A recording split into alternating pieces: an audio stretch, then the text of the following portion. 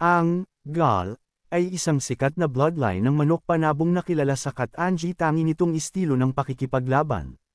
Narito ang kasaysayan at mga katangian nito.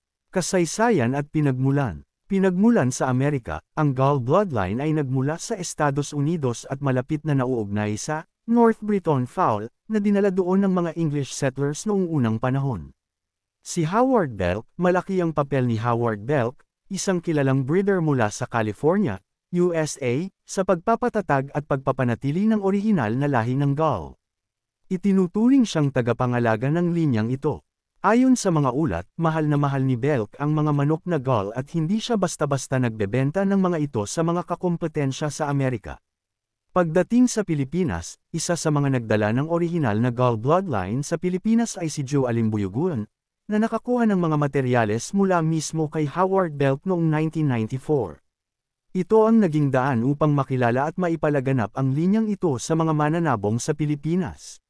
Mga katangian ng Gaul game fowl. Ang Gaul ay kinikilala sa mga sumusunod na katangian, na nagiging dahilan kung bakit ito hinahanap-hanap ng mga breeders. Matinding lakas at pagka-agresibo, kilala ang mga Gaul sa kanilang pagiging fierce o matapang at malalakas na pumalo. Sila ay powerful hitters at nagtataglay ng malalim na gameness o tibay ng loob. Estilo ng paglaban, sila ay kilala sa kanilang evasive at counter-punch na estilo. Ibig sabihin, mabilis silang umiiwas at kaagad na sumasagot sa opens iba ng kalaban. Bukod pa rito, sila ay matatalino at may kakayahang mag-break high o tumalon ng mataas. Ang mga katangiang ito ay maihahambing sa estilo ng Halsey Reds. Pisikal na anyo, tari, sila ay mahusay sa paggagamit ng tari, kin cutting. Sukat, sila ay nasa medium station o karaniwang laki. Tuhod, kadalasan ay may kulay dilaw o maliwanag na dilaw ang mga tuhod, yellow-legged. Mayroon ding mga lumalabas na puting tuhod, white-legged, at berdeng tuhod, green-legged, sa panig ng inahin, na pinaniniwalaang mula sa Lord Sefton blood, Irish brown-red. Suko, sila ay palaging may straight comb or tuwid na palong.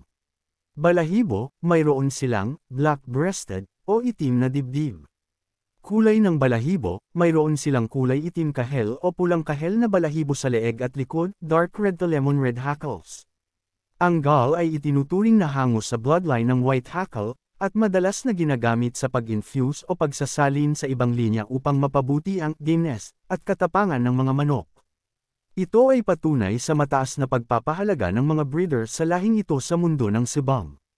Kung magustuhan mo ang mga ganitong content, pwede mo pindutin ang subscribe button at bell icon upang ma-notify ka sa mga marami pang video. Ang layunin ng channel na ito ay magbigay ng kaalaman sa mga baguhan sa gamefowl industry, hanggo sa science at karanasan, paalala mag-ingat sa pagbili ng mga materyales na gagamitin.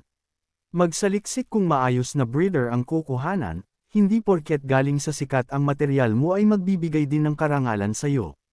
Tandaan, ikaw na breeders pa rin ang lilikha ng sarili mong ligasya upang makilala sa larangan na ito.